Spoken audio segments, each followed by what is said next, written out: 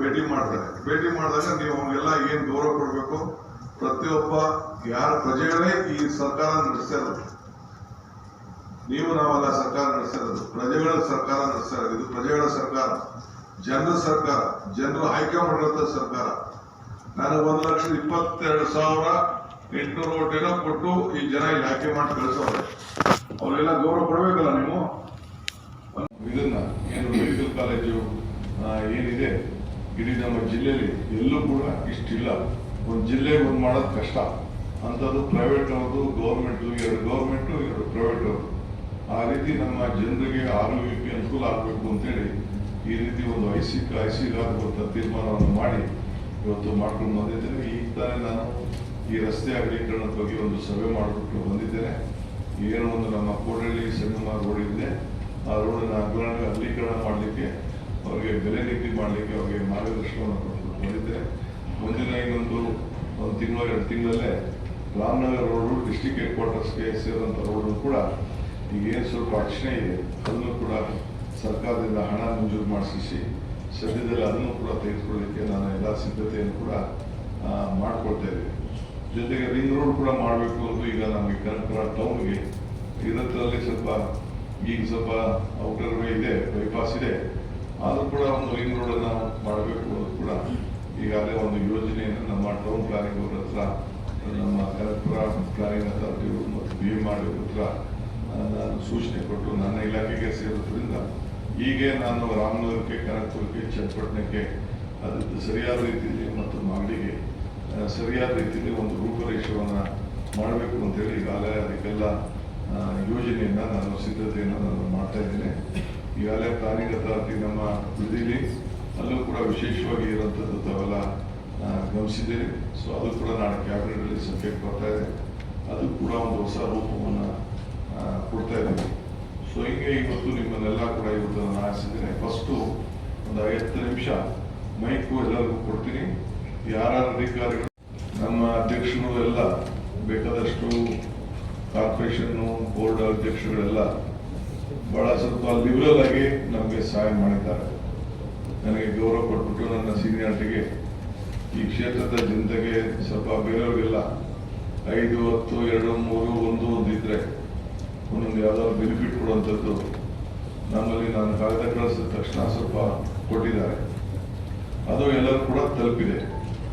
ಈಗ ನೀವು ಯಾರು ನಿಮ್ಮ ಇಲಾಖೆಯ ಅಧಿಕಾರಿಗಳು, ನಾನು ನಿಮಗೆ ಸೂಚನೆ ಕೊಡ್ತಾ ಇದ್ದೀನಿ, ಅವರು ಸರಿಯಾದ ರೀತಿ ನಾನು ಏನೇನು ಫಲಾನುಭವಿಗಳಿಗೆ ಕೊಟ್ಟಿದ್ದೇನೆ ಅದನ್ನ ನೇರವಾಗಿ ಹೋಗಿ ಅವರು ಅದನ್ನ ಸಮರ್ಪಕವಾಗಿ ಉಪಯೋಗಿಸ್ಕೊಂಡಿದ್ದಾರಾ?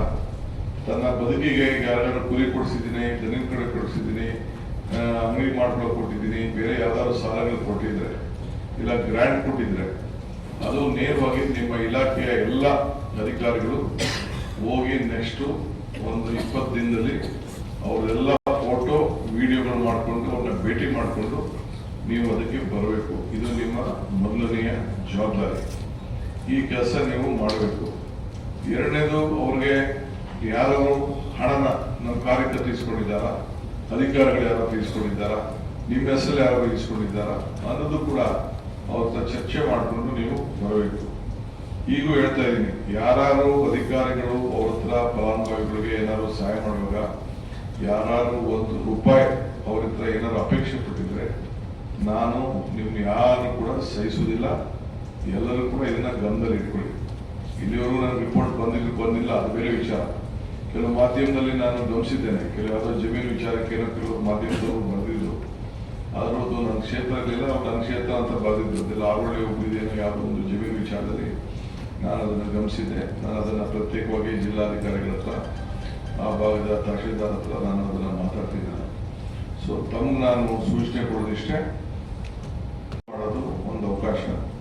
ನನ್ನ ಹತ್ರ 20-35 ವರ್ಷದಿಂದ ಯಾರು ಕೆಲಸ ಮಾಡಿದ್ದಾರೆ, ಕೊನೆಯವರೆಗೂ ಕೂಡ ಅವರ ಸರ್ವಿಸ್ ಇರೋ ಗಂಟ ನನ್ನ ಹತ್ರ ಮುಂದುವರ್ಕೊಂಡು ಹೋಗ್ತಾನೆ ಇದ್ದಾರೆ. ನಾನು ಇಷ್ಟು ದೊಡ್ಡ ಸ್ಥಾನಕ್ಕೆ ಹೋದ್ರು ಕೂಡ ಹಂತವಾಗಿ ನನ್ನ ಹತ್ರ ಸಂಪರ್ಕ ಇಟ್ಕೊಂಡು ಅವ್ರು ಬೆಳ್ಕೊಂಡ್ರು.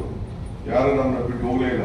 ನಮ್ಮ ಜಿಲ್ಲೆಯಲ್ಲಿ ಇರೋದು, ನಮ್ಮ ಡಿವಿಷನ್ ಇರೋದು, ಬೆಂಗಳೂರು, ವಿಧಾನಸೌಧ, ಆ ರೀತಿ ನನ್ನ ಹತ್ರ ಸುತ್ತಕೊಂಡೇ ಇದ್ದಾರೆ. ಸೊ ಆ ರೀತಿ ನಾವು ಸಮರ್ಪಕವಾಗಿ ಮಾಡ್ಕೊಂಡು ಬರ್ತಾ ಇದ್ವಿ. ಇಲ್ಲಿವರೆಗೂ ನಿಮ್ಮ ಪೋಸ್ಟಿಂಗ್ಸ್ಗೆ ಯಾರು ₹1 ನಾವು ಯಾರು ನಿಮ್ಮ ಹತ್ರ ನಮ್ಮ ಕಾರ್ಯಕರ್ತರ ಅಪೇಕ್ಷೆ ಪಡಲಿಕ್ಕೆ ಅವಕಾಶ ಕೊಟ್ಟಿಲ್ಲ. ಅದು ಕೂಡ ನಿಮ್ಮ ಮೇಲೆ ತಲೆಯಲ್ಲಿ ನನ್ನ ಯಾವ ಆಫೀಸರ್ ಆಗಲಿ ನನ್ನ ತಾಲೂಕಲ್ಲಿ ಕೆಲಸ ಮಾಡೋಕೆ ನಾನು ಇದಕ್ಕೆ ಯಾರಿಗೂ ಎನ್ಕರೇಜ್ ಇತ್ತು ನಾನು ಮಾಡಿಲ್ಲ ಕಳೆದ 36 ವರ್ಷದಿಂದ. ಅದು ನಿಮ್ಮ ತಲೆಯಲ್ಲಿ ಇರಲಿ. ಸೊ ಈಗ ನೀವೆಲ್ಲ ನಾನು ಈ ನನ್ನ ಭವಿಷ್ಯ ನಾನು ಈ ಕ್ಷೇತ್ರಕ್ಕೆ ನನ್ನ ಕೆಲಸದ ಒತ್ತಡದಿಂದ ಜಾಸ್ತಿ ಬದಲಿದ್ರು ಕೂಡ ಈಗ ನಾನು KDP ಸದಸ್ಯ ಕೆಲವರು ಜವಾಬ್ದಾರಿ ವಹಿಸಿದ್ದೇನೆ. ಆಶ್ರಯ ಬಗರ್ಕುಪ್ ಸಾಗುವಳಿಗೆ ಇವಕ್ಕೆಲ್ಲ DK ಸುರೇಶ್ಗೆ ಜವಾಬ್ದಾರಿಯನ್ನು ವಹಿಸಿದ್ದೇನೆ. ಇನ್ನು ಬೇರೆ ನಮ್ಮ ಗ್ಯಾರಂಟಿ ಸಮಿತಿಗೆ ಮಾಡಿದ್ದೇನೆ. ಗ್ಯಾರಂಟಿ ಸಮಿತಿಗೆ ಅವ್ರಿಗಿರುವಂತ ವ್ಯಾಪಕ ಅವರು ಯಾರು ಬೇಕಾದ್ರೂ KBಯವ್ರನ್ನ ಕರೆದು ಮಾತಾಡ್ಬೋದು, ಅಂಗನವಾಡಿಯವ್ರನ್ನ ಇವ್ರನ್ನ ಕರೆದು ಮಾತಾಡ್ಬೋದು, ಫುಡ್ ಅವ್ರನ್ನ ಕರೆದು ಮಾತಾಡ್ಬೋದು, ಇನ್ನು ಬೇರೆ ಬೇರೆ CDPಯವ್ರನ್ನ ಕರೆದು ಮಾತಾಡ್ಬೋದು. ಎಲ್ಲರೂ ಕೂಡ ಅವ್ರು ಕರೆದಾಗ ನೀವೆಲ್ಲ ಹೋಗಿ ಅವ್ರಿಗೇನು ಉತ್ತರ ಕೊಡಬೇಕು ಮಾಡಬೇಕಾಗ್ತದೆ. ಶಾಸಕ ಸ್ಥಾನವನ್ನ ಇಟ್ಟು ಕೊಡುವಂತ ಸ್ಥಾನನ ಅವ್ರಿಗೆ ನಾವು ಈ ತಾಲೂಕು ಮಟ್ಟದಲ್ಲಿ ಜಿಲ್ಲಾ ಮಟ್ಟದಲ್ಲಿ ನಾವು ಅವ್ರಿಗೆ ಕೊಟ್ಟು ಈ ಜವಾಬ್ದಾರಿಯನ್ನು ವಹಿಸಿದ್ದೇವೆ. ಮುಂದಿನ ದಿನದಲ್ಲಿ ನಾನು ಜಿಲ್ಲಾ ಮಟ್ಟದ ನಮ್ಮ ಎಲ್ಲ ಫಲಾನುಭವಿಗಳ ಒಂದು ದೊಡ್ಡ ಸಮಾವೇಶ ಮಾಡಬೇಕು ಅಂತ ಹೇಳಿ ನಾವು ಈಗಾಗಲೇ ತೀರ್ಮಾನ ಮಾಡಿದ್ದೇವೆ. ದಿನಾಂಕ ಕೂಡ ನಿಗದಿ ಮಾಡಿದ್ರೆ ಕೆಲವು ಕಾರಣದಿಂದ ಸ್ವಲ್ಪ ಮುಂದಕ್ಕೆ ಹಾಕಿದ್ದೀನಿ ಅದನ್ನು.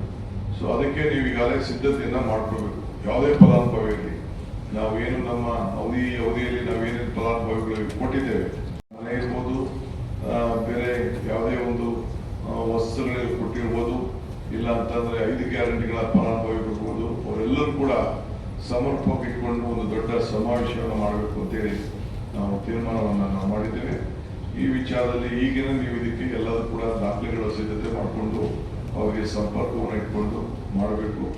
ಒಂದೊಂದು ದಿನದಲ್ಲಿ ಅವ್ರಿಗೆ ಯಾವ ರೀತಿ ಗುರುತಿನ ಚೀಟಿಯನ್ನು ಒದಗಿಸ್ಕೊಡ್ಬೇಕು, ಈಗೇನಿದೆ ಅವೆಲ್ಲ ಕೂಡ ಗಮನದಲ್ಲಿದೆ. ಈ ಫುಡ್ ಹಂಚುವಂತ ವಿಚಾರದಲ್ಲೂ ಕೂಡ ಬಹಳ ಪ್ರಾಮಾಣಿಕತೆ ಈ ಸಂದರ್ಭದಲ್ಲಿ ಇರಬೇಕಾಗ್ತದೆ.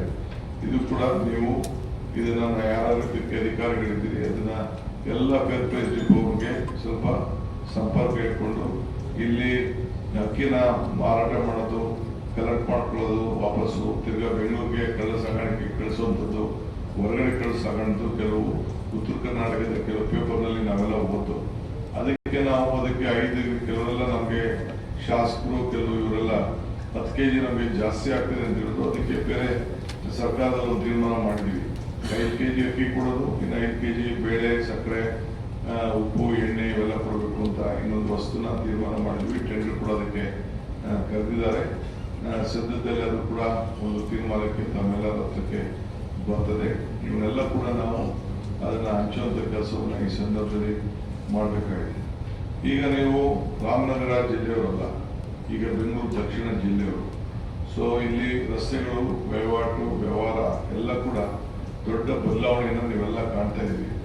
ಒಂದು ತಲೆಯಲ್ಲಿ ನಿಮ್ಗಿರಬೇಕು, ಈ ಜಿಲ್ಲೆ ಬಹಳ ವಿಶೇಷವಾದಂಥ ಜಿಲ್ಲೆ, ಬಹಳ ಬಲಿಷ್ಠವಾದಂಥ ನಾಯಕರುಗಳು ಕೊಟ್ಟಂಥ ಜಿಲ್ಲೆ. ಈಗ ಚನ್ನಪಟ್ಟಣದಲ್ಲಿ ಒಂದು medical college, private medical college ಮಂಜೂರು ಮಾಡಿಕೊಟ್ಟಿದ್ದೇವೆ. ರಾಮನಗರದಲ್ಲಿ ನಮ್ಮ ಯೂನಿವರ್ಸಿಟಿ ಒಂದು ಮೆಡಿಕಲ್ ಕಾಲೇಜ್ ಕೊಟ್ಟಿದ್ದೇವೆ. ಈಗ ಜೊತೆಗೆ ಹಾರೋಳಿ ತಾಲೂಕಲ್ಲಿ ನಮ್ಮ ಕನಕಪುರ ಹೊಂದ್ಕೊಂಡಂತೆ ನಾನೇ ಅದನ್ನು ದಯಾನಂದ ಸಾಗರ್ ಕಾಲೇಜ್ಗೆ ಮೆಡಿಕಲ್ ಎಜುಕೇಶನ್ ಮಿನಿಸ್ಟರ್ ಆಗಿದ್ದಾಗ ಪ್ರೈವೇಟ್ ಮಾಡಿಕೊಟ್ಟಿದ್ದೇವೆ. ಇನ್ನೊಂದು ಇಲ್ಲಿ ನಮ್ಮ ತುಣಿತವು ರಾಯಸಂಗದಲ್ಲಿ, ಅಲ್ಲೂ ಕೂಡ ಇನ್ನು ಸದ್ಯದಲ್ಲೇ ಅದನ್ನು ಭೂಮಿ ಪೂಜೆ ಮಾಡಿ ಅದನ್ನು ಕೆಲಸ ಮಾಡಲಿಕ್ಕೆ ನಾನು ಹೇಳಿದ್ದೇನೆ.